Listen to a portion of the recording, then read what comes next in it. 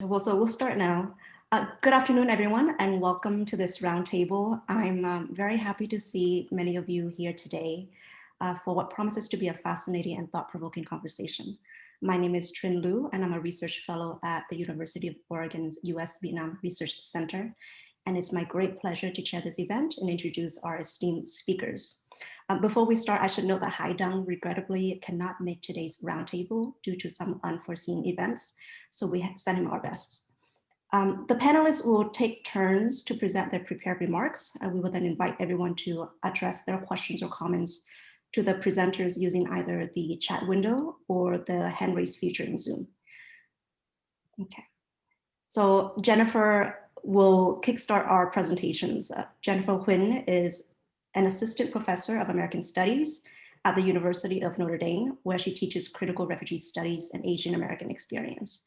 Her presentation will focus on how Vietnamese women entrepreneurs are reshaping America's landscape.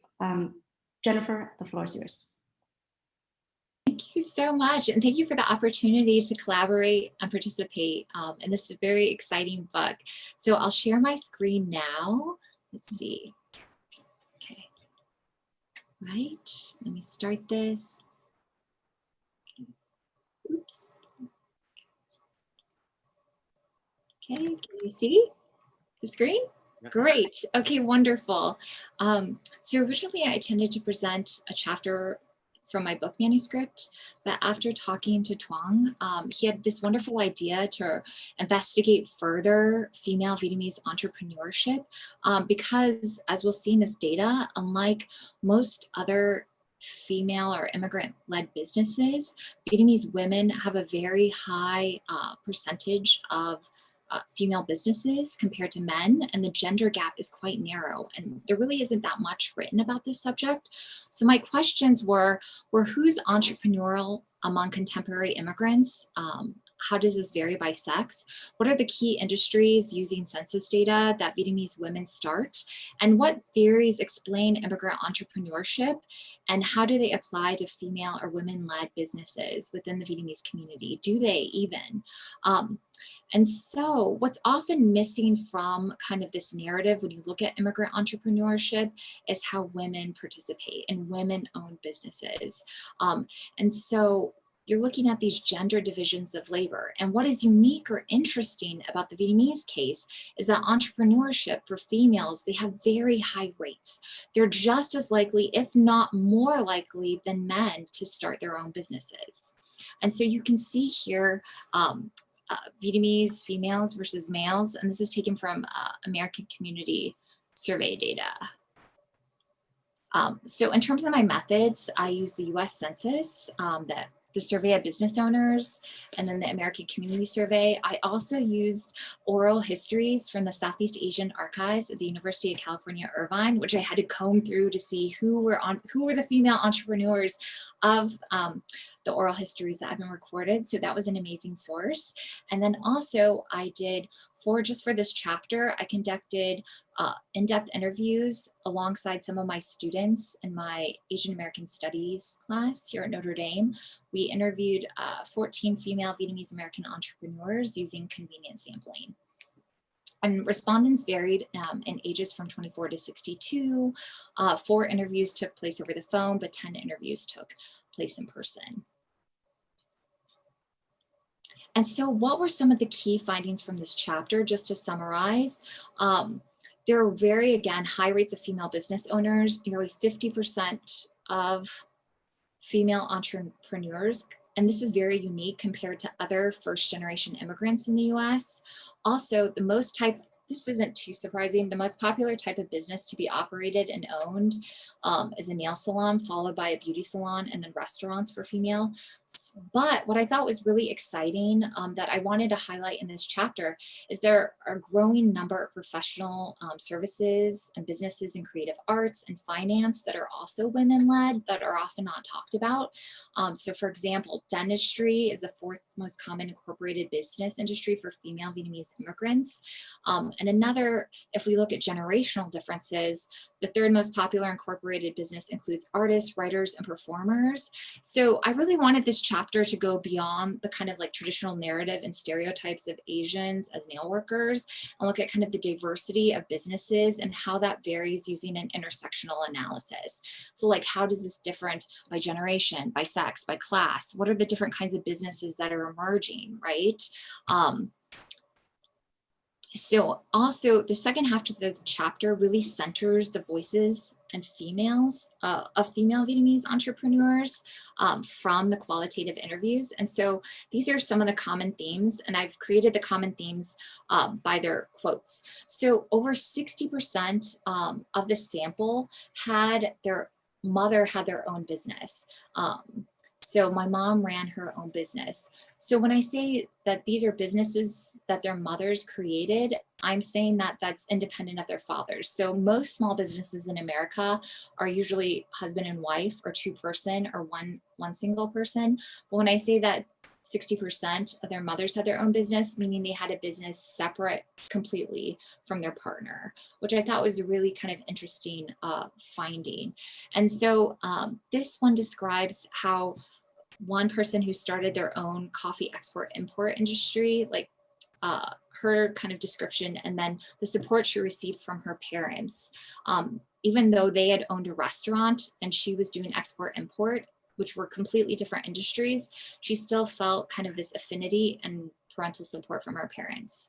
Another common theme that emerged from the qualitative interviews was that the use of media and technology were enabling client expansion. So you can see how the different types of businesses are appealing to pan-ethnic, either Asian American audiences or Asian American audiences. So a lot of the new business spaces and new media technologies are changing the way businesses exist. So it's a lot of times not a business we see. It doesn't have a storefront necessarily, right? It's all online.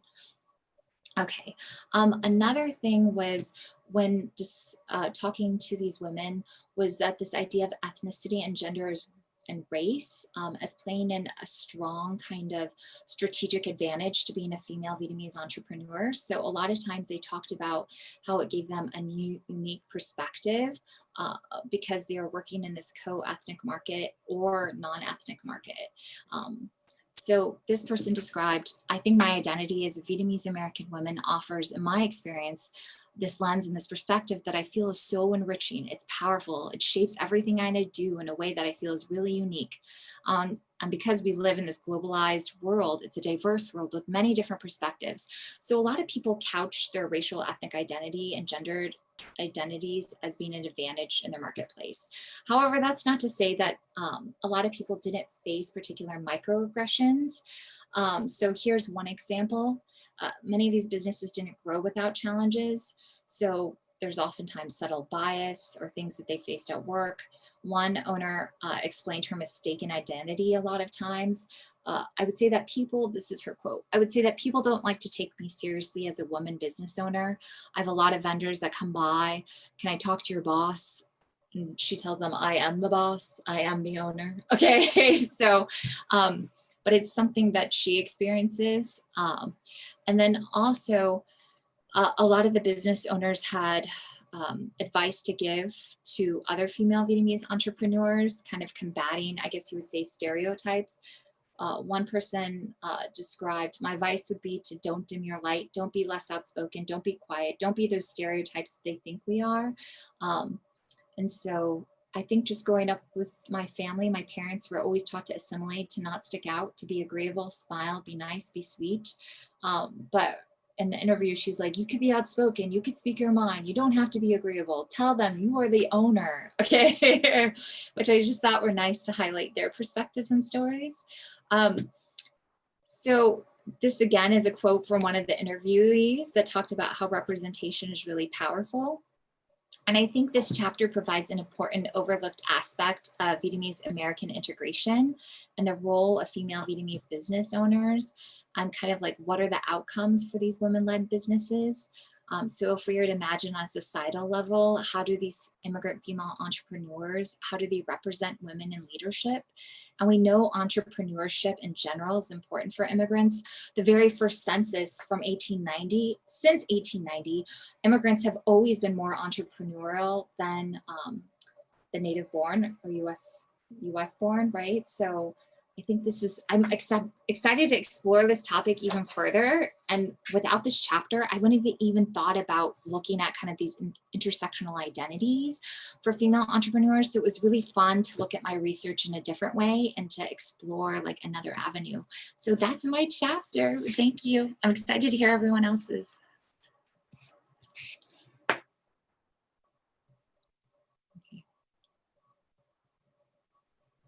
Thank you. Yes, thank you so much, Jennifer, for such an informative presentation. Linda Hopesh is our next speaker. She directs the Oral History Archives, a project of the Vietnamese-American Heritage Foundation. Linda will reflect on the ways Heritage Foundations bridge the gap between academic and community-based knowledge production. Over to you, Linda. Thank you, Chin. Thanks, everybody that came here today.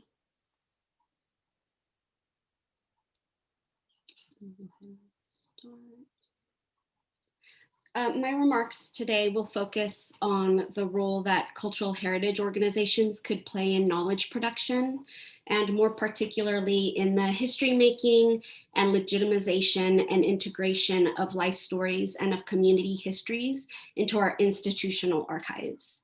So I'll give a brief overview of the emergence of the Vietnamese-American Heritage Foundation, the VAHF, as a way to understand how this nonprofit has found ways to explore and make visible different facets of Vietnamese-American experiences.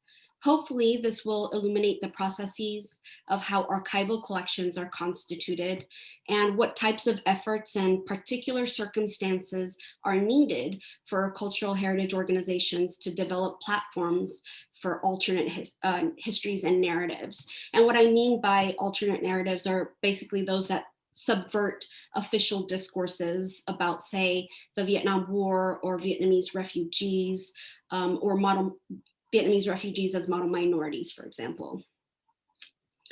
Archival representations of immigration and ethnicity often rely heavily on the mission and accessioning vision of archival institutions that often do not have the funding or representative staff to advocate for the inclusion of non-mainstream community and organizational histories. While the VAHF has been successful in promoting their community projects, it's been through the tireless efforts of a few volunteers and the support and network capabilities of dedicated professors, graduate students, and library special collections staff members. Archival collections don't usually begin at the start of, say, a resettlement or a crisis, but developed some time after. For example, the fall of Saigon in 1975 produced the largest relocation of refugees in American history. And with it came documents relating to health and immigration, photos, letters, as well as the lived experiences and the personal stories of thousands of individuals. Mutual assistance associations emerged soon after to help with the immediate legal and health-related issues. As new refugees began settling in, communities also organized societal, social societies, activist organizations, and could then focus on human rights issues. For example, the Vietnamese Political Prisoners Association, a nonprofit organization active from 1977 to 1999, campaigned for the release of Vietnamese re-education camp prisoners. This organization preserved many of their documents, including immigration applications, correspondence, speeches, meeting notes, financial and legal records, photos, and a plethora of other administrative records. And these were, in the beginning, kept in home offices, in grandmother's attic, the garages of community members for many, many years. It seems that after the immediate urgency of resettlement concerns kind of abate, and when a second generation begins to emerge, the first generation really became invested in the idea of preservation of language and of cultural identity. In 2004, Nancy Bui, along with a group of community members, founded the Vietnamese-American Heritage Foundation based in Austin, in Texas, with the goal to make the personal stories of those that fled persecution in Vietnam into official historical sources. They began by donating those hundreds of documents that I just mentioned, and they collected them and donated them to the Vietnamese political prisoners, the Vietnam Center and Sam Johnson Vietnam Archive. And those were from the Vietnamese Political Prisoners Association. And I do want to mention that Nancy's on this call. I'm sure she would love to answer questions. We're lucky enough to have her on board. I became involved in 2008 by organizing a collection of oral histories collected by my students from an undergrad course on Vietnamese Americans at the University of Texas at Austin. Student interviews explored personal life stories to understand issues important to immigration and to life in the diaspora. So we collaborated with VAHF, as well as the Bob Bullock Texas State History Museum, as well as the Austin History Center. And basically we produced student exhibits based on these oral histories and organized community events. At the time, I was a community outreach coordinator at the State History Museum, and the Austin History had just hired a new Asian American liaison, which facilitated this collaboration and made it possible in the first place to do something like this. Then, in 2010, the project gained a boost from the Union of North American Vietnamese Student Associations. And so they went out and raised $60,000 to train volunteers and purchase equipment to conduct grassroots oral histories nationwide. This is the youth really coming out for this project. Volunteers interviewed their parents, grandparents, neighbors, community members, and they ended up collecting hundreds of oral histories. The VAHF then collaborated with institutions such as the Rice University Fondren Library Special Collections and Archives in Houston. And that was with the support of Amanda Foki, a librarian there, and the Southeast Asian Archives at the University of California at Irvine with the help of Thuy Vo Deng on this panel. Thank you. And they helped with the accessioning and providing online access to these interviews.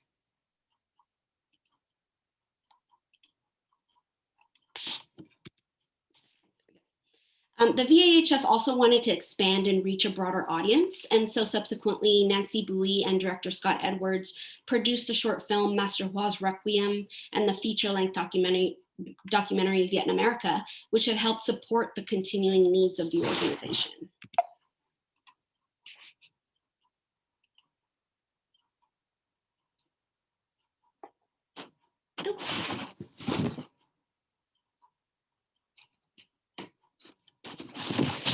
Sorry. Okay, so by 2017, the VAHF had amassed an international collection of over 400 unique interviews. And I began to help upload and document them into an Omeka-based metadata website called VIDA, the Vietnamese in the Diaspora Digital Archive. And this is where the oral histories can be accessed and where VAHF hopes to provide more historical and educational resources for educators, researchers, and the community. The VAHF is also currently working with the University of Oregon Global Studies Institute and its Center for Asian and Pacific Studies under the direction of Project Director Dong Vu, also on this panel, to publish a handbook geared for undergrad students, tentatively titled Toward a Framework for Vietnamese-American Studies, and another couple of publications that I'm sure he'll discuss with us later. This conference accepted 3 panels, including this roundtable with authors from these pending publications. So this small heritage organization has gone from sort of grassroots collection and preservation to developing these institutional and academic collaborations and projects that have reached sort of beyond the community and have provided valuable and rich materials for research and cultural preservation of community knowledge. So I wanted to review the process by which VAHF was able to preserve and then make accessible this community-based knowledge. First, individuals and organizations produced and preserved documents, photographs, and other materials related to their family histories or organizational activities. Then those archival materials were donated to institutions, but at first were really subsumed under broader umbrella collections. For example, the Vietnam War collection at Texas Tech. Next, the VAHF collaborated with students for university courses based out of Asian and Asian American studies departments and centers. And the effort expanded to produce exhibits, media, oral history interviews, and as I discussed, community youth really came out. They raised funds to continue the oral history project. Then these oral history materials began to find homes in archival institutions under specific collections dedicated to Southeast Asians or Vietnamese Americans in particular. And this is an important step in terms of archivization, thinking about the process. And the last step in this progression is ensuring the sustainability of access to these materials. So the VAHF currently is seeking collaborations with institutions to provide funding to ensure accessibility and sustainability of digital projects like the Vietnamese and the Diaspora Digital Archive, and to really expand the scope of the resources available, possibly having publications like the one we are working toward available on that site.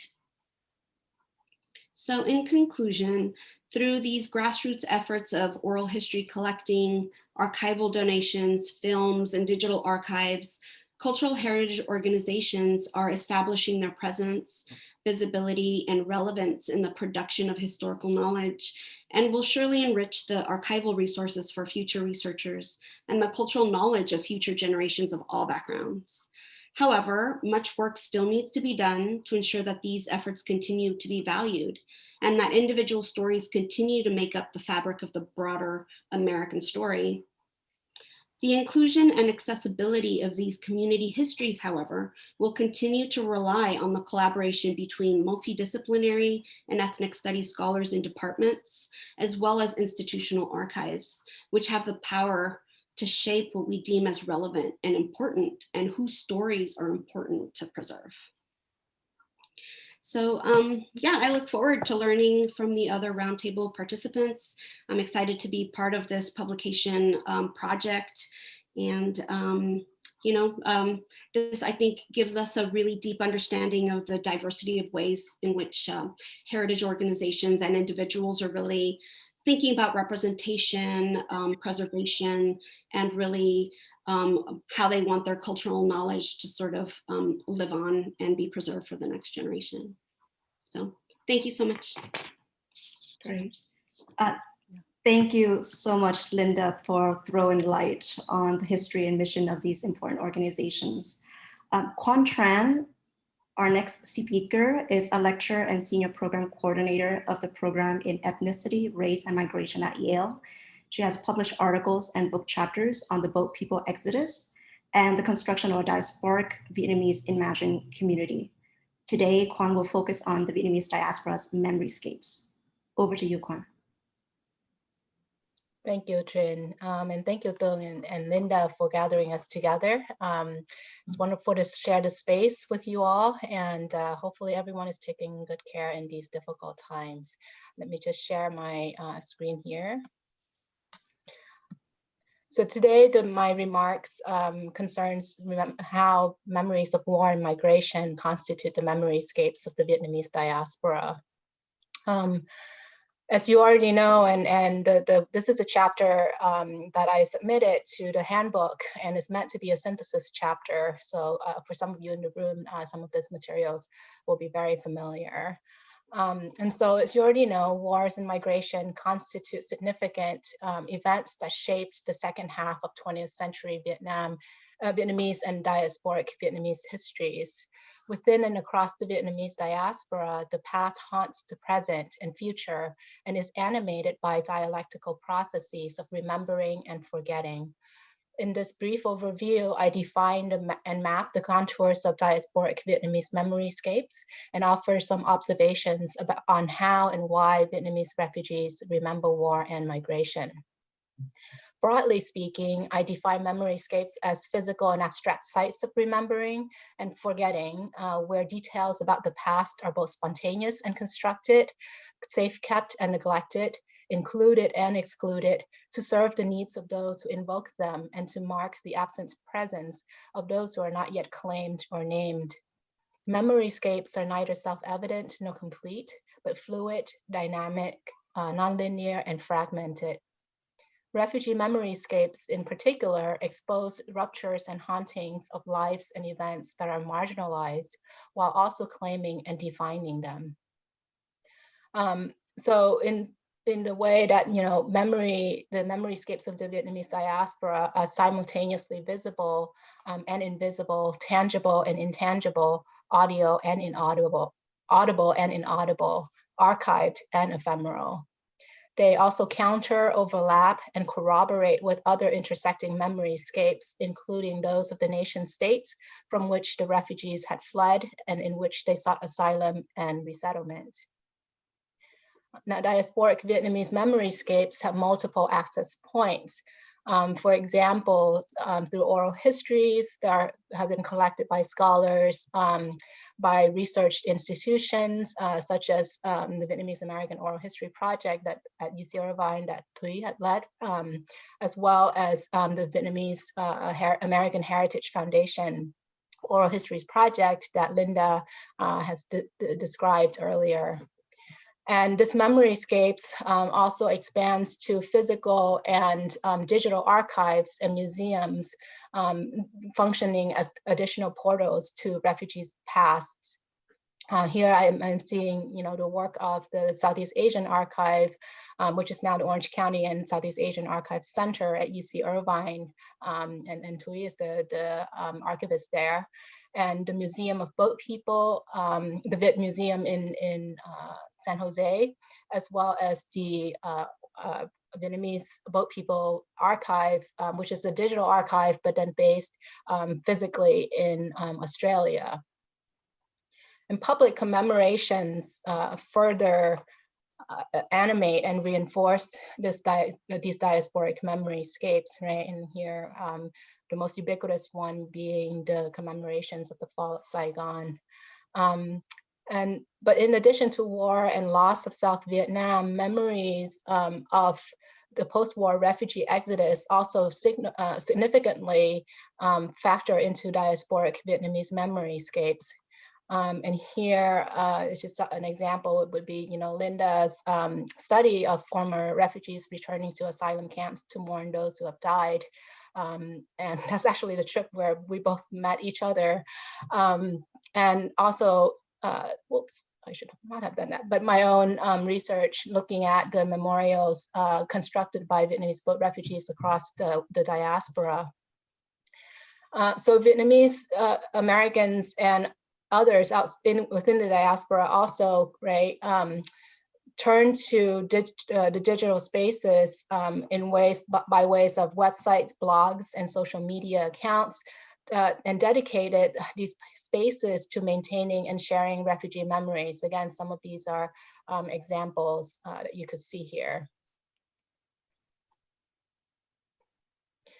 At the same time, the incredibly rich and prolific cultural output of the diaspora expressed through memoirs, novels, graphic novels, poetry,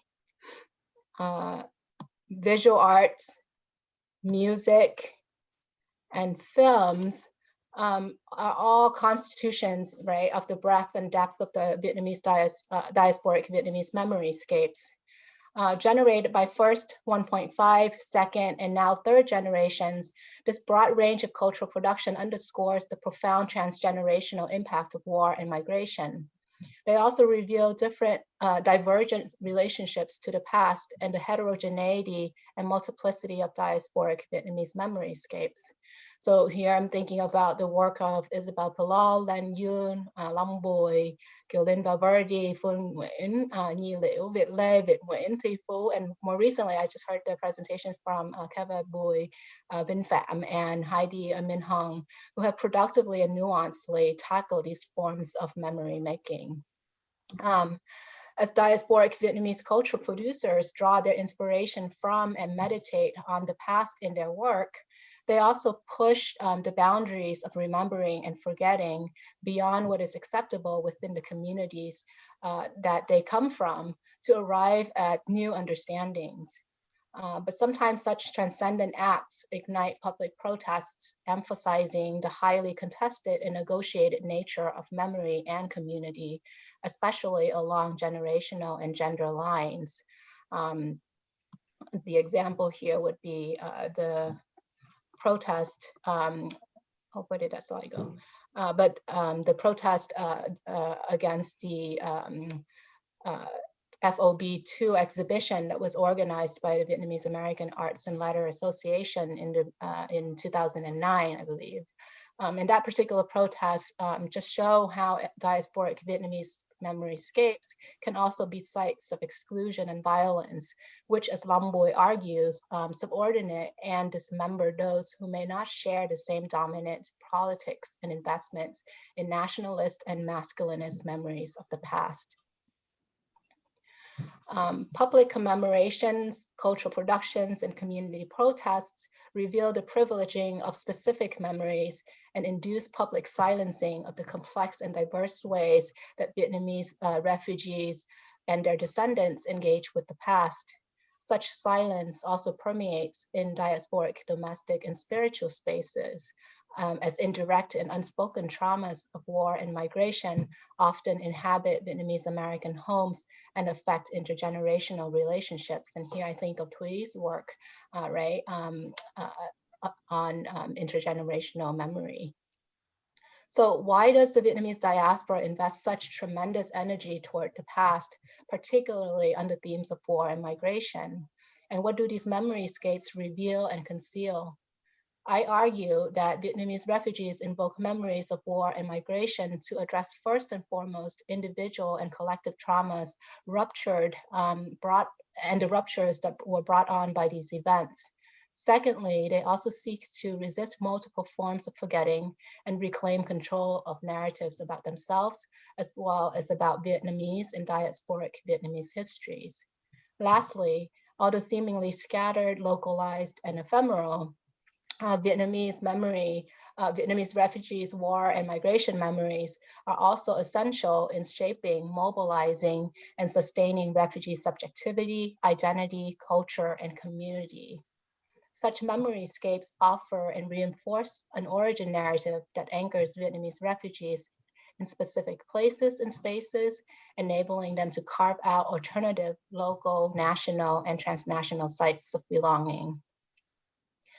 As those who lost the war, their country, and their loved ones, and were forced out of their homeland, Vietnamese refugees do not have the luxury of institutionalized recognition of their losses and wounds.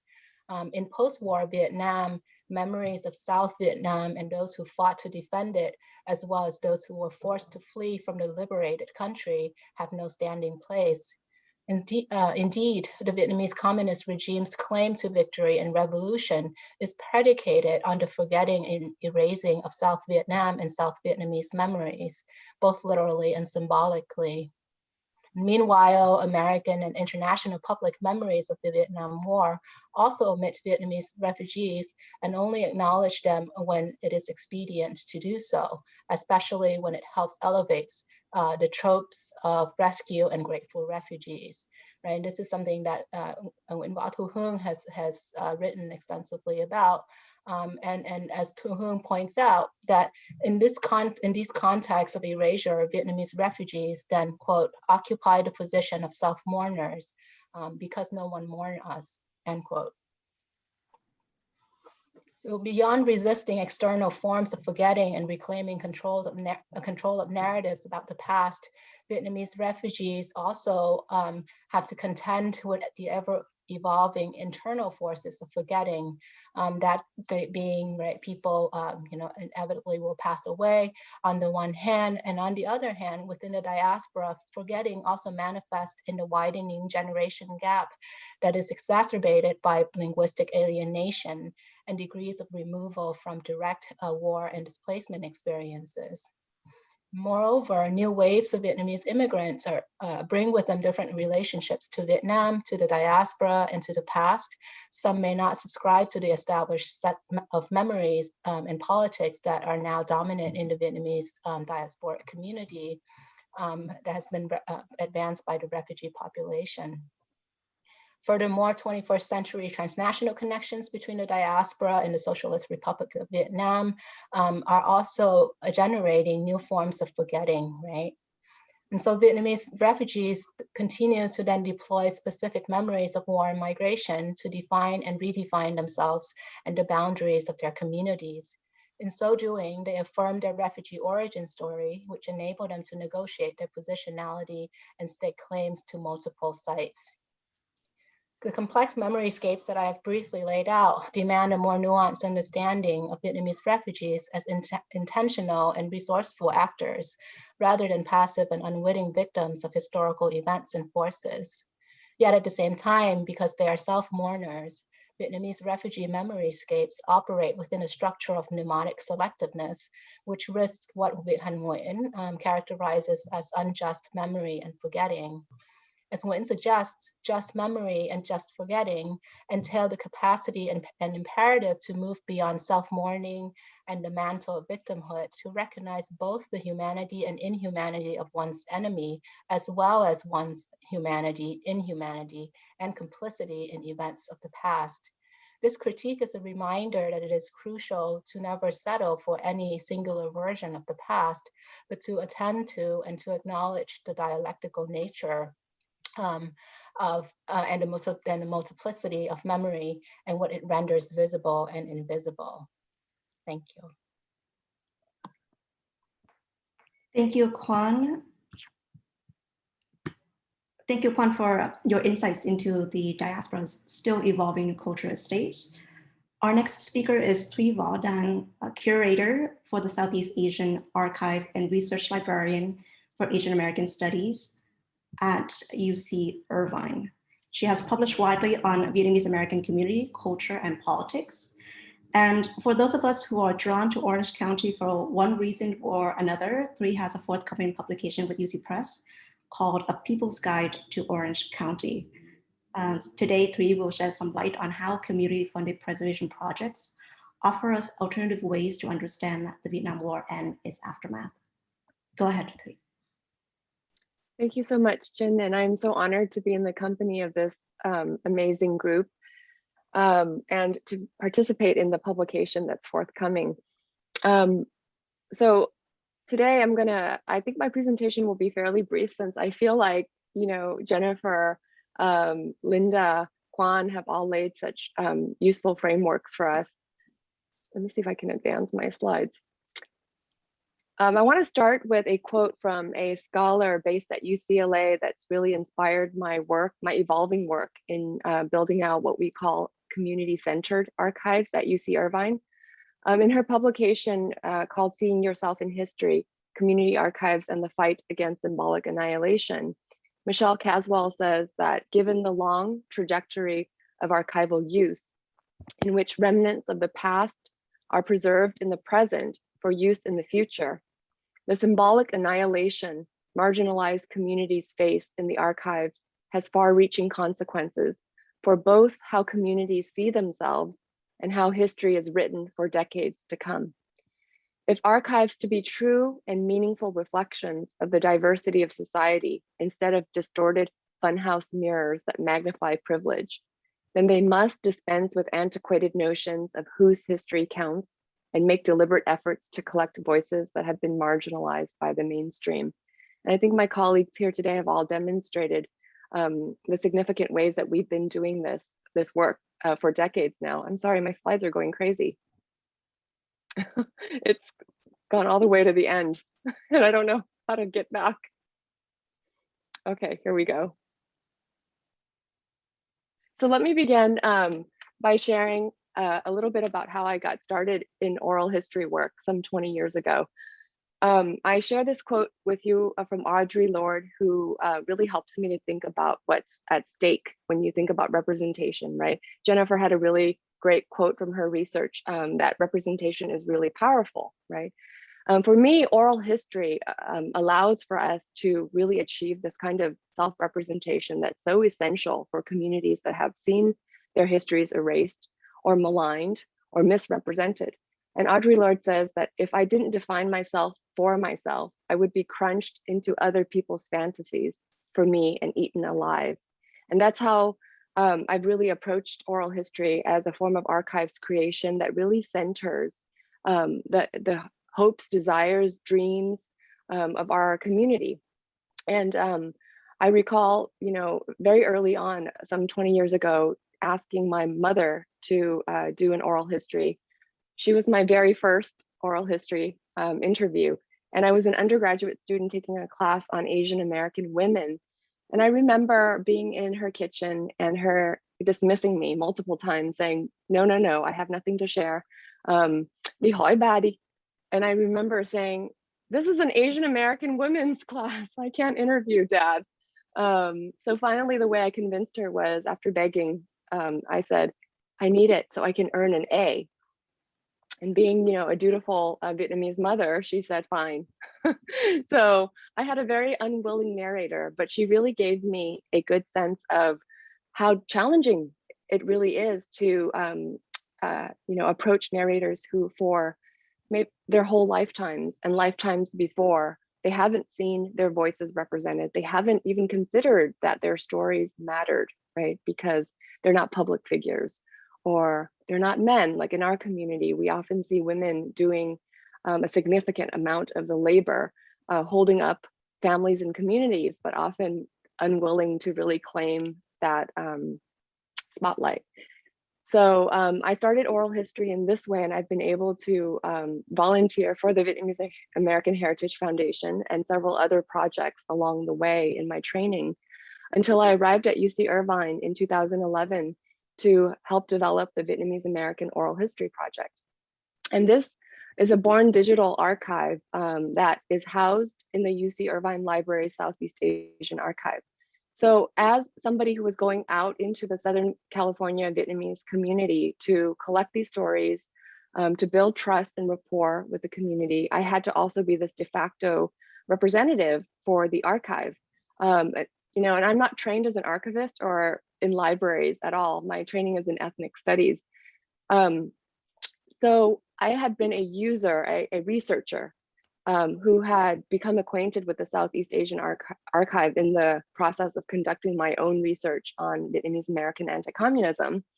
And I found it like this whole kind of moment where I felt myself coming back full circle to using my ethnic studies training to think about ways that I can intervene in the work of being a steward for an archives that really has been taught for a number of years as this model of a community archives, but really is not grassroots and it's not located within the community.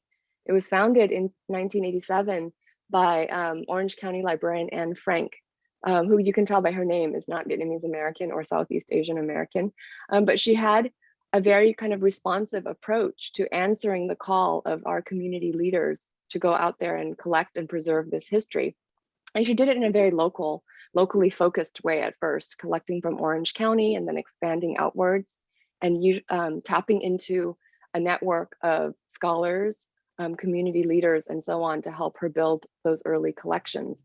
So we don't just document the history of Vietnamese in the diaspora or Vietnamese Americans, but really it is about the histories of Cambodian, Laotian, Hmong, and Vietnamese diasporic communities, right? Tied together by that former conceptualization of French Indochina, and then the conflicts, of course, in Southeast Asia that led to the dramatic displacement of these communities along the same kind of parallel timeline.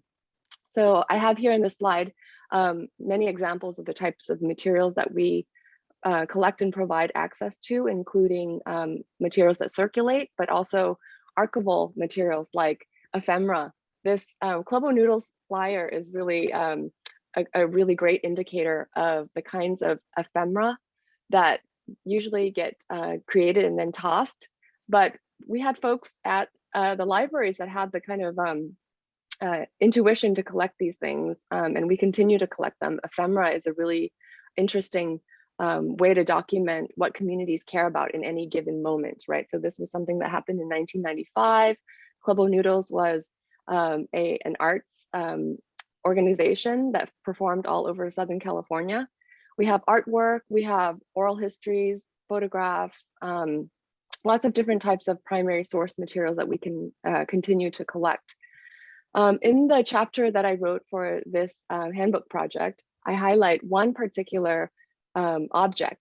And this is a diary that we have digitized. And I know that Julia Huynh is in the room right now. I want to give her a big, big shout out.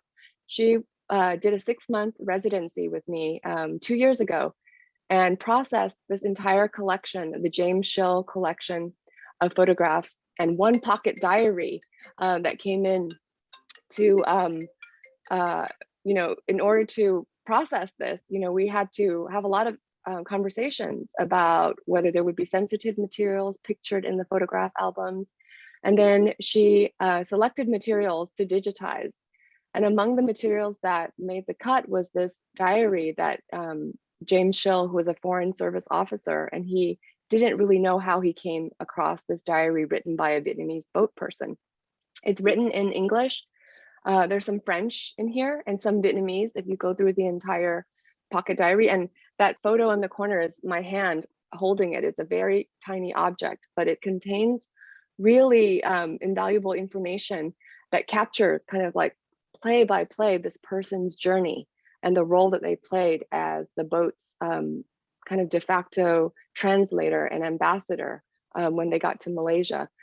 So I highlight this object because it really does show kind of the process of collecting that's happened in the Southeast Asian Archive historically.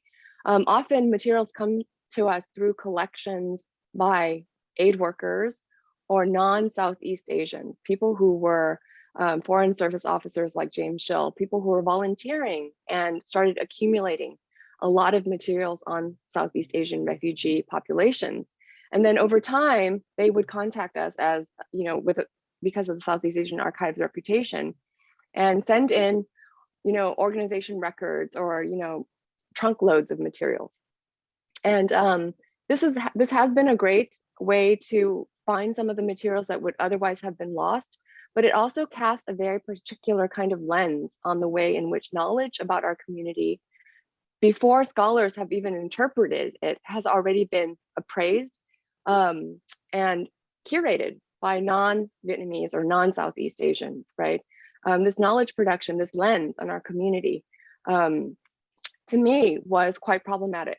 I felt like we really needed to seek out the perspectives and experiences of Southeast Asian refugees. How did they, and this diary kind of straddles both. While it came in through this kind of mainstream way of collecting, what I now do as passive collecting, my active collecting actually involves going out and building relationships with Southeast Asian run organizations and try to collect their records. And also try to develop new projects and documentation that will center the voices of Southeast Asians. So this slide I put up yesterday during a presentation that I did with Julia and others on our team that's been going out to with our student researchers to document AAPI communities during COVID. And it just basically gives you two very cursory explanations of GLAM, right? Galleries, libraries, archives, and museums. These mainstream institutions that have been legitimized as sites of knowledge production. And then another area that high impact practices, right? In higher education, that's been defined as the achievement of deep learning, significant engagement gains, and positive differential impact on historically underserved student populations. So I see today my role in bringing my ethnic studies training to libraries and archive stewardship is bringing together these two areas, GLAM and HIP, meaning that rather than wait passively for people who have been collecting knowledge about our communities to send in materials because they somehow always seem to fundamentally think that their materials are important already, right? We work actively to generate new materials based on an assessment of what's missing. So typically when we do projects with our students at UC Irvine, when I partner with faculty to teach courses, we have students do archival research in order for them first to assess what's there in the archives and what's missing. And then we create documentation efforts to address it, whether it's through photography or doing oral history and other forms of interviewing, and to center the communities who they have assessed have been left out. So to me, bringing together GLAM and HIP, I think are two very viable strategies for really being able to address the way that knowledge has been produced by and about our communities. And one example that I'll end with is to talk about digital exhibitions, because this past year, as we've all been pivoting to remote work, and I've been working with researchers who are needing to access materials mostly online, right? The role of digital exhibitions has really become important, especially when you think about outside of higher ed, right? K through 12 educators wanting more resources to bring ethnic studies into their classrooms. So digital exhibitions are really valuable tools to highlight manuscript and archival collections. This is a very traditional definition of digital exhibitions. They're different from digital collections because they provide context and interpretation. And they really, I think, present an opportunity for students when you're able to work with different student populations to engage with the materials in a really meaningful way. So several years ago, as I was preparing for the Southeast Asian Archive's 30th anniversary, I had an opportunity to collaborate with an art historian on my campus, Cecile Whiting. She had a class that she wanted to send to examine a new collection of refugee artwork that we had brought in just around 2015. So this collection was small. We only had 56 pieces of art, but they hadn't been described, they hadn't been measured, they hadn't been prepared to be made available to the public. So I worked with this group of art history students. They came in and they measured each piece of artwork. They described it. They helped us to inventory it. And then we were able to work with our special collection staff to digitize each of those items in order to create a digital exhibition that could tell a more complete story about the afterlives of the Vietnam War.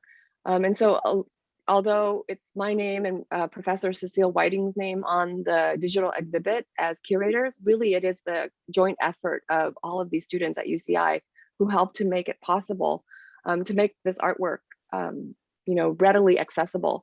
And earlier, Linda talked about these different dissemination strategies that the AAHF has explored, including documentary films. I think it's really essential for us to think about all the different ways, depending on which communities we're working with, right? Whether we have access to students or grassroots organizations, arts organizations, to explore these different dissemination platforms that might enable more discovery of these histories, right? More opportunities for storytelling. And then I'll end with something that I wrote for the chapter in the handbook. Archives creation and oral history projects are nuanced and complex spaces for community members to intervene in public history. The process of remembering the past to preserve for the present and future are political projects involving struggles for power. Moreover, archives creators and stewards play key roles in determining what records have historical value, who should have access to them, and how they might be made discoverable. So these are all of the different commitments I have to continuing this work to promote archives creation and oral history projects. And to that end, in the past few months, a team of us at UCI Libraries has created this free resource that's now, we just launched it last month. It's an oral history toolkit that has 6 modules. Really being responsive to the consultation requests that I've been getting a lot in how do I build my own oral history project? And it can be used by one individual who just wants to interview their mom. Like I'm thinking of myself 20 years ago, right? And making sure that they're foregrounding preservation and access, right? Rather than thinking about that as an afterthought.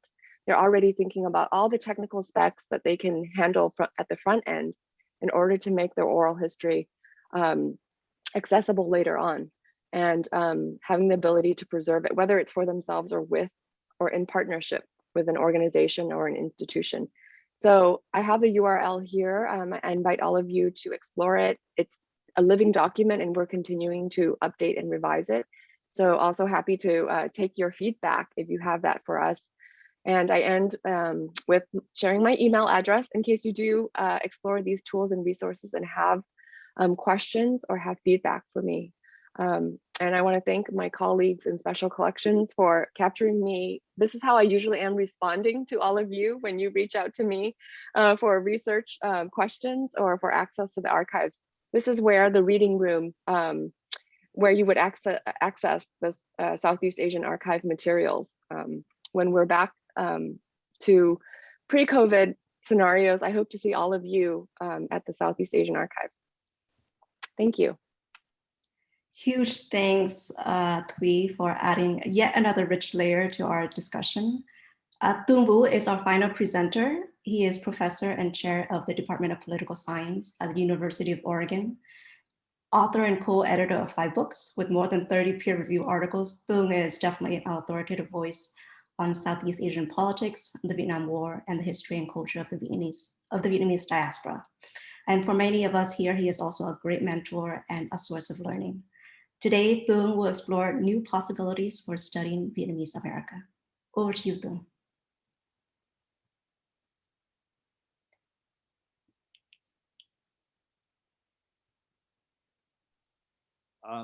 Can you hear me now?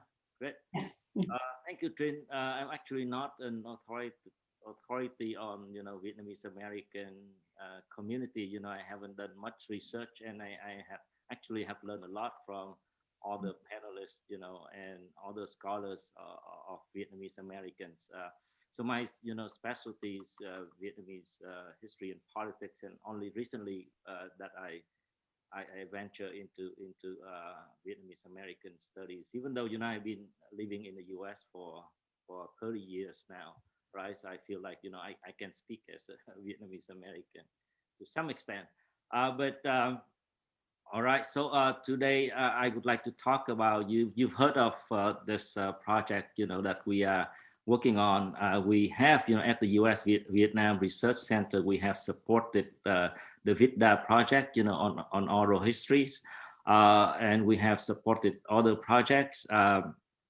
We applied for an NEH grant, but we did not get it, but we got excellent ratings from the evaluators, but hopefully we will get it eventually to promote that project.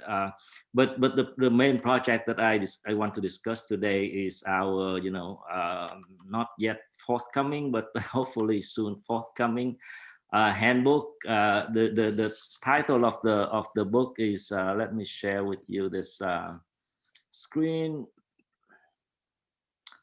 Toward a framework for Vietnamese American studies, history, community, and cultural production. And as you see on the screen, I have 2 co-editors, and the project is sponsored by the Vietnamese American Heritage Foundation besides us. And it's a collection of works by 12 or 13 scholars, including many of you on the panel. And I'm very, very thankful for your contributions, and I'm very happy about what we have done. I'm very excited, if we can get this book out. As a co-editor, I have worked with Linda and Alex Tai to draft the book concept, write the introduction, assemble the team of scholars, and they come from diverse disciplines, from anthropology to sociology to history to political science, ethnic studies, and so on. And then we collect their contributions over nearly a year, and then we work with Temple University Press, kind of hopefully to publish it eventually. And we just got back the kind of positive reports from the reviewers last week, and we work on it to get it through the publication, hopefully. The theme of this panel is about knowledge, right? So how is knowledge produced? How is knowledge transmitted? And so on. So this activity is clearly, an activity to produce knowledge.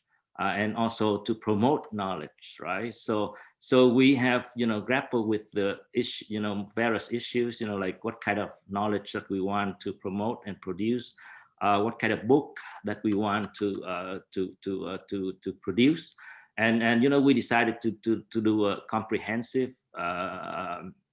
volume, at the kind of upper division, undergraduate level, or graduate level, and because like we feel like there's no text like that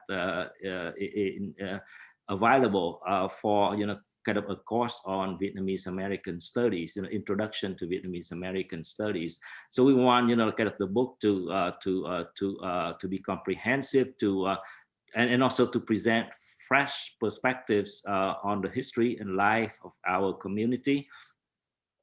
On this point, there have been, accounts of our history written, by many, but then we still feel like, there's a need for fresh perspective, because much of the existing scholarship is more about U.S. policy than about our community, actually, and and the scholarship, existing scholarship, also tends to frame our history through the lenses of other Asian American groups, which is not wrong, but we think it's kind of insufficient, inadequate in many ways, because they tend to show us as a passive, backward-looking group of people with a sad past, and they also tend to show us as accomplices in U.S., morally questionable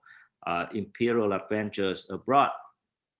But like we think that we do have and like the two main arguments that we make in our introduction to the book, like the contributors, like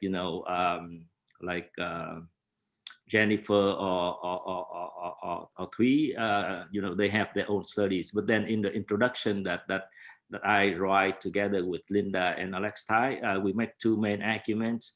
The one argument is that, like Vietnamese Americans have a complex history.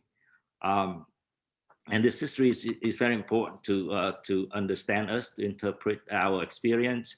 And this history began, long before we left Vietnam for the U.S. And this history, like in many ways, independent of the U.S. intervention in Vietnam. So we have a history separate from that, right? We have a history that intertwined with U.S. intervention in Vietnam, and we also have a history that began long before that, and independent from that. And this history is complex because there are parts of it that someone may feel ashamed of, but also there are parts of that many can be we can be proud of as well.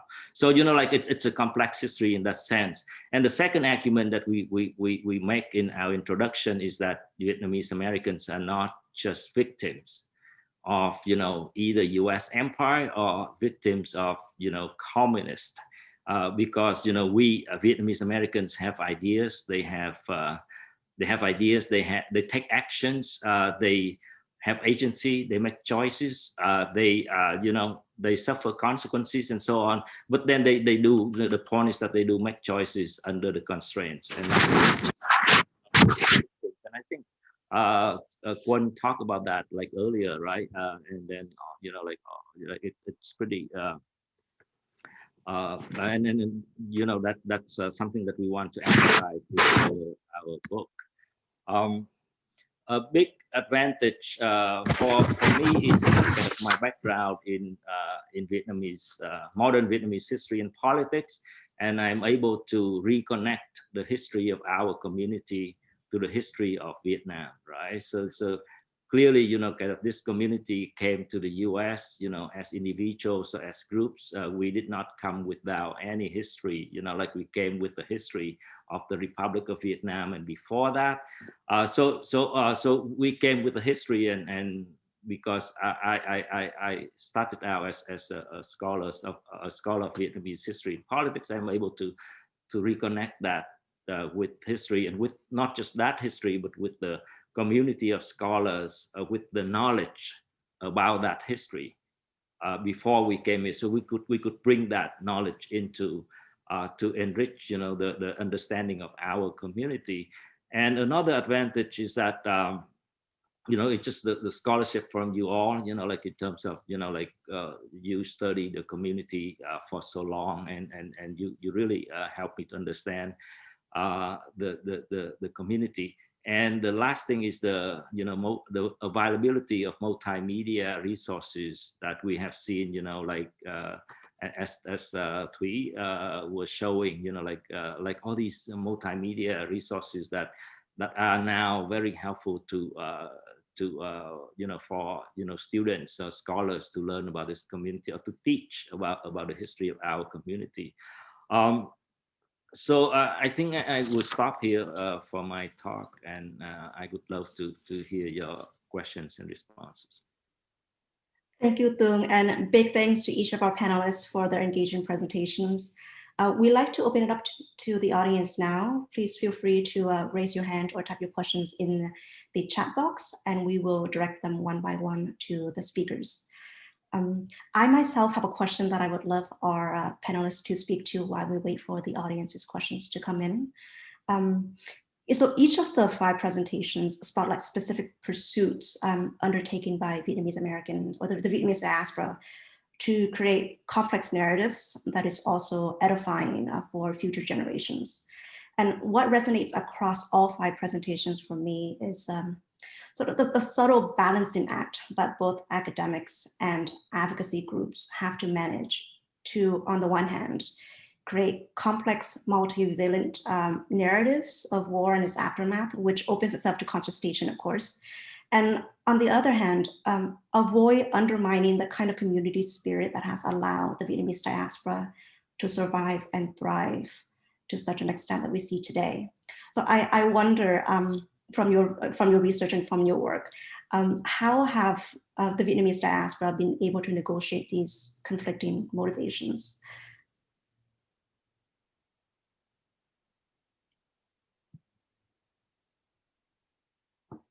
Wow, you really gave us a hard one to start. Trin, I don't know how my co-panelists feel, but I was like, woo, that's a big one. If I can start by just first, I wanted just to say that earlier when Gwen was calling in and naming our Vietnamese-American colleagues, right, one by one, I just had I had butterflies. I felt this sense of pride and optimism, and I don't know, it was just very empowering to be in community with you all in this space, but also know that we have this greater collective of Vietnamese-American scholars doing the work, which, like I mentioned 20 years ago when I was doing my first oral history at Scripps College, I was told, you can't really write a thesis on Vietnamese-American literature because what's that? And, so I think we've come such a long way in these last 2 decades with the resources that, folks in this space have generated, and folks that, we know from beyond. And I think that would be one way that I would try to answer Trin's question, is to say that it really is about having more of us in different disciplines, right? Doing the work from all these different angles, as Dung has mentioned. This book is bringing together folks from political science and history and across all these various disciplinary spaces. I think we're able to address Vietnamese-American complexity and nuances in that way, to see that there's not a singular way to be Vietnamese-American, right? Or to define the Vietnamese diaspora. And clearly we're still working through a lot of the tensions in our community as the election and the aftermath of the election and the ongoing issues about anti-Blackness in our community have clearly illustrated for us, right? We still have so much work to do between our elders to cultivate our youth. For them, they're now becoming the media creators, right? They're the storytellers. But we really need to ground their understanding of the stories within a broader history, which then I think will cultivate respect. I think we just need to kind of approach it with a sense of respect and respect for the past, but to be brave, to challenge some of the truths that we've been offered as 1.5 or second generation, children of refugees, which I think some of us are in this space. I found it really difficult initially to challenge these perspectives and ask questions, right? So I think we need to do better for the youth that are coming up now, is we need to be open to being challenged ourselves, right? That the narratives that we're writing now and the knowledge that we're creating is not the totality of our Vietnamese diaspora either, and it will likely be challenged. So I only offer that, just some scattered thoughts, and would love to hear from the rest of my panelists. You answered that so well, and I think the complexity of our communities, right, span again, not just in the context of the, say Orange County, Little Saigon, or like these very visible sites of communities, but it's a very diverse set of experiences, right, across the United States, across the global diaspora. And I think I'm one from the camp that think, tension is actually good, because tension allows us, right, to really not settle for any particular kind of narrative, and to have to be forced to think about, why are these conversations happening, right? Why are these narratives being offered? And to be critical thinkers, right? And I think that's something that, on the one hand, I think coming from a kind of deficit space, right? So Vietnamese diasporic or Vietnamese-American in particular come from a set of multiple kind of erasures. And I think the impulse is to assert selves in very vocal and very dominant framework, and not allowing for nuances to exist. And I think in that sense, it becomes a little bit detrimental, right? Because it alienates certain populations within our communities. So how do we think together as scholars, as community activists, right? As people who traverse multiple kinds of fields and spaces.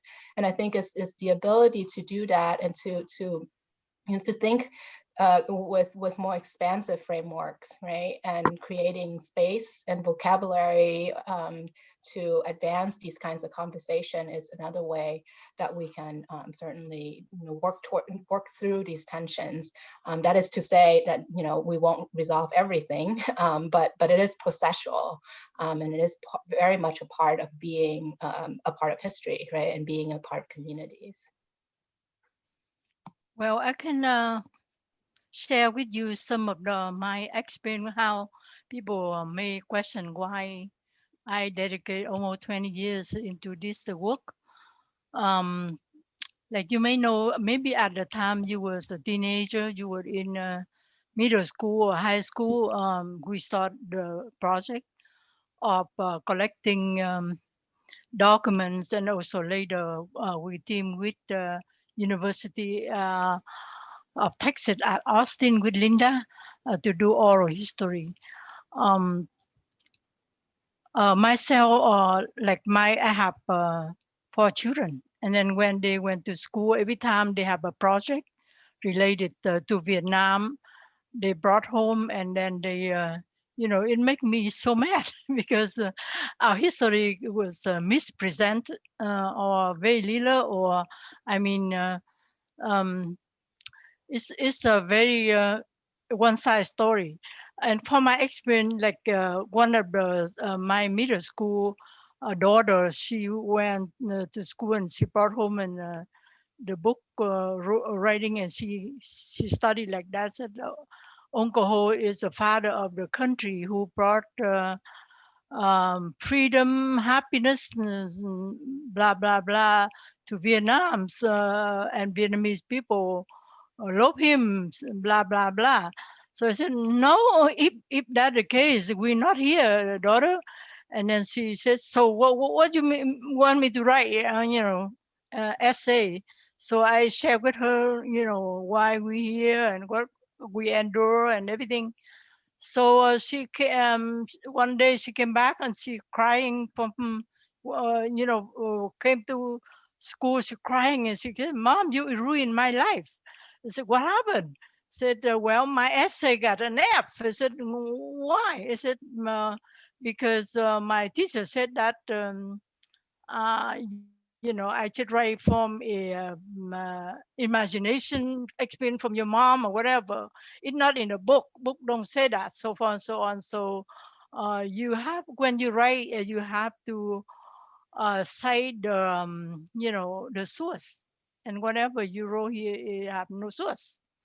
So I went to her school and I fight with the teacher. So she looked at me and she said that, well, I understand, I believe you, but Miss Nancy, we teaching the children, we, you know, in certain way when they write stuff, they have to find here and there and so far so on, like you already know. So I came home and I thinking that, well, she have the point, you know. So I start research on what is it out there about, you know, Vietnam War, about the non-communist Vietnamese. I don't see much, you know. I went to library and I saw some library have like about 80 book writing about communist leaders, you know, everything about communists nowadays and so far and so on. I found very little about Vietnamese, I mean, Vietnam, traditional Vietnam before communists. So I can see the problem. So I came home and then my background, I'm a writer. I am a journalist for a newspaper, daily uh, newspaper in Vietnam before I escaped to Vietnam in 1979. So I start writing article and I start guiding people and said, well, we need to do something about it. I don't know that you guys have problem like I had, and also everybody said I have the same problem. So everybody think that, you know, the history of Vietnam War about Vietnamese-American is, you know, very mispresent in the I mean, discussion of the American um, mainstream and also in media and in also even in textbook. So that's why what was the reason we found Vietnamese American Heritage Foundation, and then we starting with collect. I mean, all the document for the project called Vietnamese American Vietnamese. Political prisoner that we donated to Vietnam Center. Thank you, Nancy. And Too long. Yeah. Thank you. I just wanna make my point here. So it's not like other community that their history not being, I mean, mistreat or mispresent like we do, because we have two set of people. You know, one is the historian in American, that most of them they are anti-Vietnam War, and another group is Vietnamese communists in Vietnam. Those two should they keep pulling out all this misinformation about Vietnamese American. That's why it's a need, and I think that I'm so glad to see that now we have a group of scholars, you know, doing all this work. I am very happy. I cannot do like what you do, so we very appreciate your work, and I'm very happy to see what's happening. That's what I want to share. Thank you so much, Nancy, for sharing your thoughts. I see two more questions. I just thought I read it out loud in full so that we get the complexity of the questions. The first is from E. He writes, this is to all the presenters. There is a strong theme of identity, knowledge, and representation among the panelists. My question is directed at how to negotiate between Asian American, that is racial, versus ethnic subracial, e.g. Vietnamese American identities, histories, politics, and representations. Is there a way to talk about an Asian American history or identity without silencing the nuances and complexities of politics as it exists within a community like the Vietnamese Americans? This, at least for me, is important for thinking about teaching about the Vietnamese American community. Is there a history, collective memory, culture, or identity to which we can attribute to Vietnamese Americans? This is in the context of recent curricular changes in California regarding ethnic studies requirements regarding CSUs.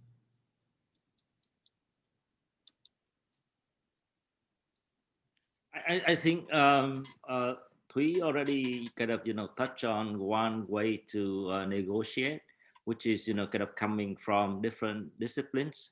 Like I imagine that, some disciplines like Asian American studies or ethnic studies, the scholars or students could be under more pressure to kind of, frame the Vietnamese experience within the Asian Americans experience. Whereas, for me, from political science or from someone from history, then that pressure would be less and we could kind of, freely, kind of more confidently assert, that, okay, the Vietnamese American experience is so different from the other Asian American experiences coming here as immigrants, whereas we came here as refugees, right?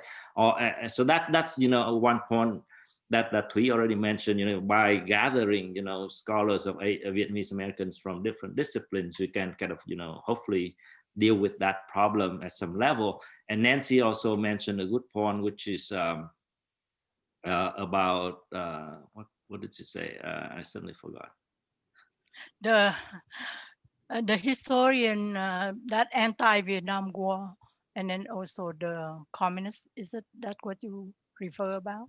No, I forgot. So I can return to that later. But if other people have any things to add to that. I wanted to share sort of what was really enthralling and exciting about working with Nancy at the beginning when I was crafting a Vietnamese-American studies course at UT Austin.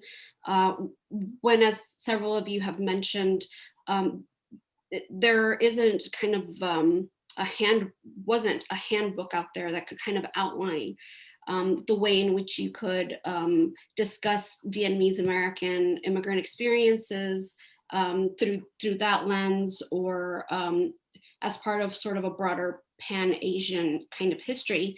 And what really drew me to oral histories and working with Nancy with interviewing community members is that we were constantly having to think about representation.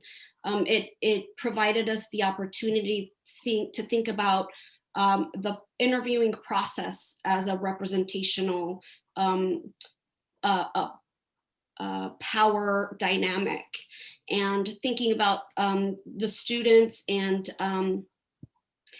their particular questions and how we crafted interviews could sort of affect the kinds of things that we could bring out in people's life stories, but also thinking about how we then represented those stories.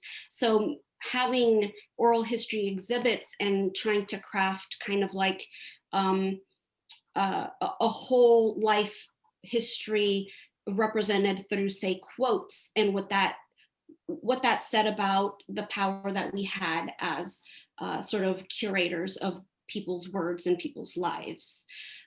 The other sorts of dynamic kind of conversations we had were about how we represent sort of narrative on a page. So even correcting our parents' grammar, or how do we first translate and transcribe people's words.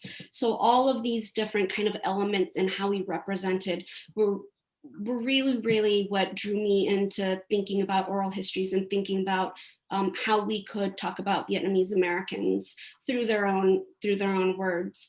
I think it's a challenge to try to connect sort of the issues in Asian American studies and the very particular kinds of histories that come out of, say, Asian American, Pan-Asian ethnic organizing, because the Vietnamese community, or the bulk of the Vietnamese community, came at a later date.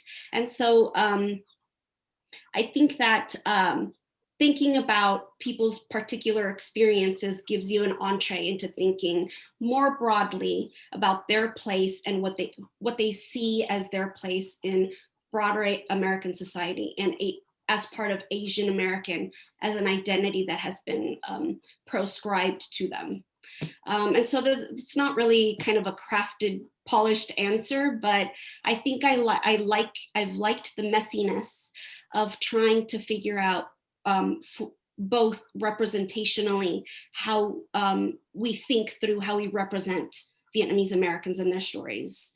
And then also the fact that it is a very diverse kind of group.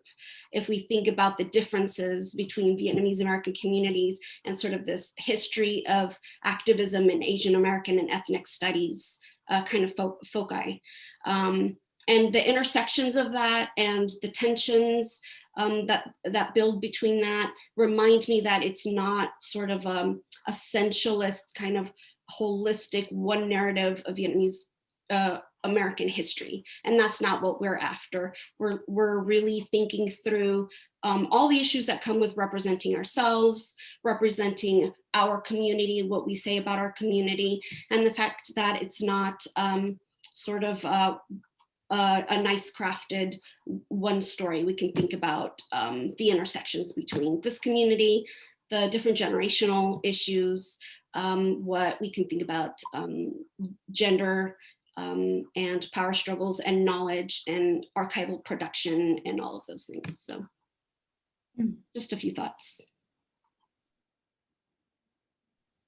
I can chime in very quickly. I did get to teach Vietnamese American experiences at UCI for several years. And I will say that one of the theoretical frameworks that really helped students to see that what's distinctive about the Vietnamese experiences, like that refugee debt lens and the vexed diaspora, right? Which sets it apart from like the formation of this Asian American identity. But I think that, you know, it's really important for us to teach, if we're in the classroom talking about Vietnamese American history, to also have students understand that the racialization of Vietnamese Americans, particularly in this moment, right, today as we speak, it looks a lot like other Asian American groups.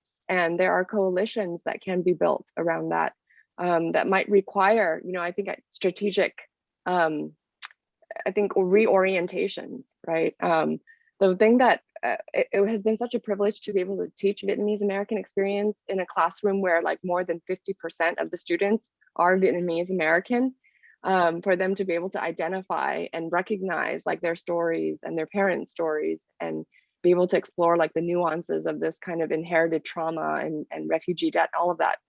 But I think that there comes a moment when it's really important for them to connect Vietnamese American history to the Asian American struggle that is ongoing. So I'll just kind of leave it at that in terms of thinking about the frameworks that you can use in the classroom space. Thank you everyone for such insightful answers so far. I'd just like to add to the mix of questions, Julia Huyn's question. She asked, when engaging with these materials and stories that may be triggering or re-traumatizing to yourselves, how do you balance the sense of urgency for preservation for community histories, futures, reimaginings, and self-preservation?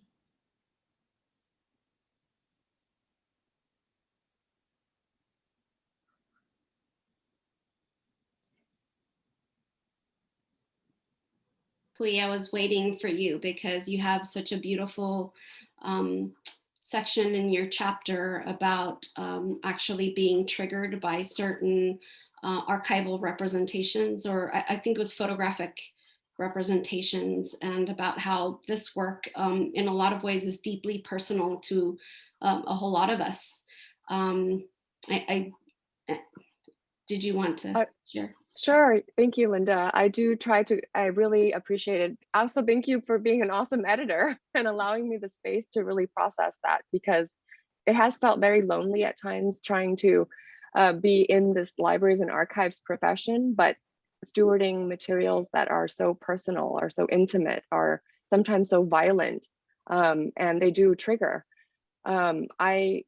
I try to think about, you know, spaces where I can find support and solidarity, really leaning into other women and other scholars who kind of understand that positionality, especially when you face backlash for being, you know, oriented towards social justice in a community that might not be ready to hear, you know, some of our activist values. So I think really making sure that you have support and resources around you and stepping away when you need to. But I found that for me, sometimes it is just about sharing sharing personally, being vulnerable about my capacity as well, because that models for students and for younger folks how to do this work. You know, I'm not some kind of consummate professional, I'm human. And so I try to just be real and human. And I think that's the best that I can say in terms of how to balance.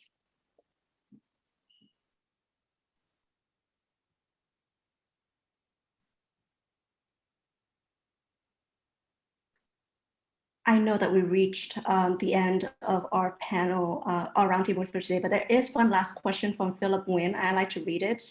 Those of you who would like to can stay a few more minutes to address it would be great.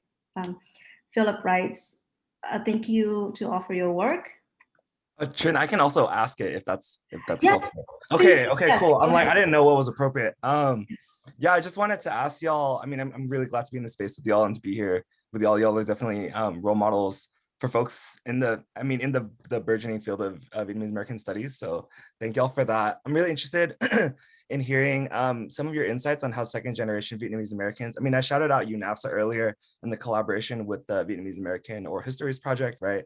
For a lot of Viet American youth now, I see like many of whom find themselves seeking outlets for the articulation of these nuanced histories, communities, and identities that y'all are talking about here in this panel, would find themselves represented, especially in the almost forthcoming publication of the Vietnamese, like teaching Vietnamese American studies and creating the field of Vietnamese American studies, right? Especially at the nexus of the academy, as students, as scholars, at the archive, as contributors and interlocutors to this oral history that's being collected, and to grassroots community-based organizations as volunteers and interns. So especially with respect to epistemological violence that we're seeing now, you know, given the events of the 2020 elections, and you know, seeing Vietnamese American representation, for better or for worse, at the insurrection, right? Institutionally and biopolitically, especially also since we have this disparate impact of the pandemic on Vietnamese American communities, particularly in Little Saigon's. So and you know, compounded by the generation of our elders, our parents and grandparents passing on, and so I'd be interested in hearing what y'all think about, you know, how might we address this, especially since up until this point, I think this historical moment, apoliticism has been the dominant narrative amongst Vietnamese American youth, as opposed to social, racial, gender-based violence.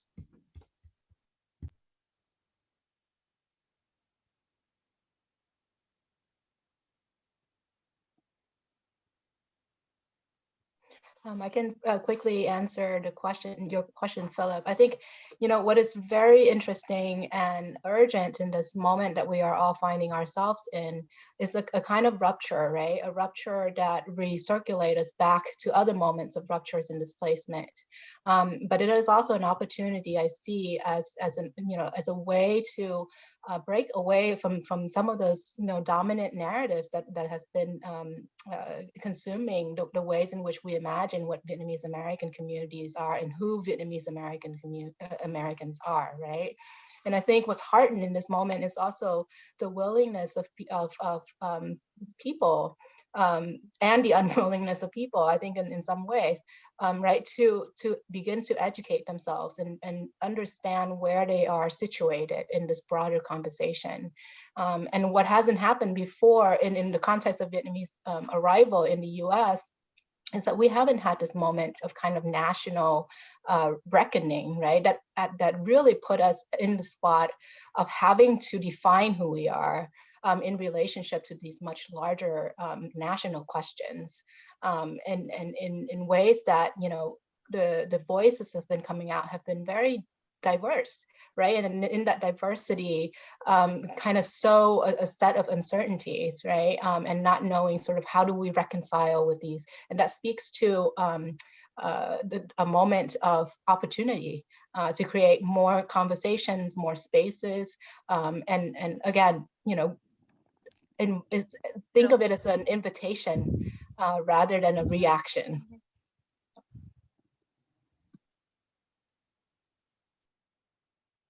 Thanks so much for that. Cool. And thank you, Thuy, for your response in the chat too.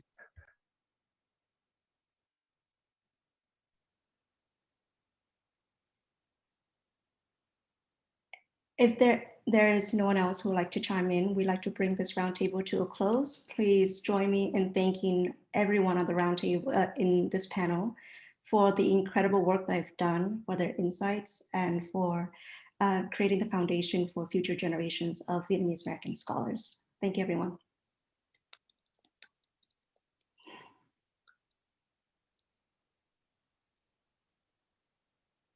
My kids do jazz hands for Zoom, so I'm gonna do that too.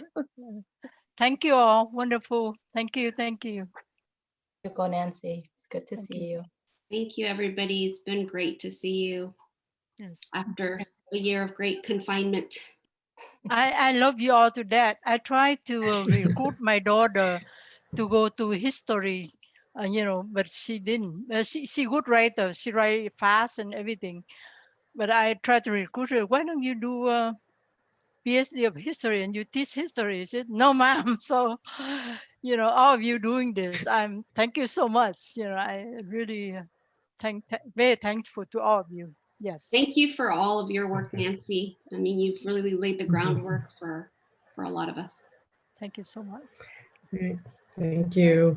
Bye. Thank Nice you to for see coming. you, Richard. It's been a long time. I'm going to pause the recording now as we're at the end of our discussion.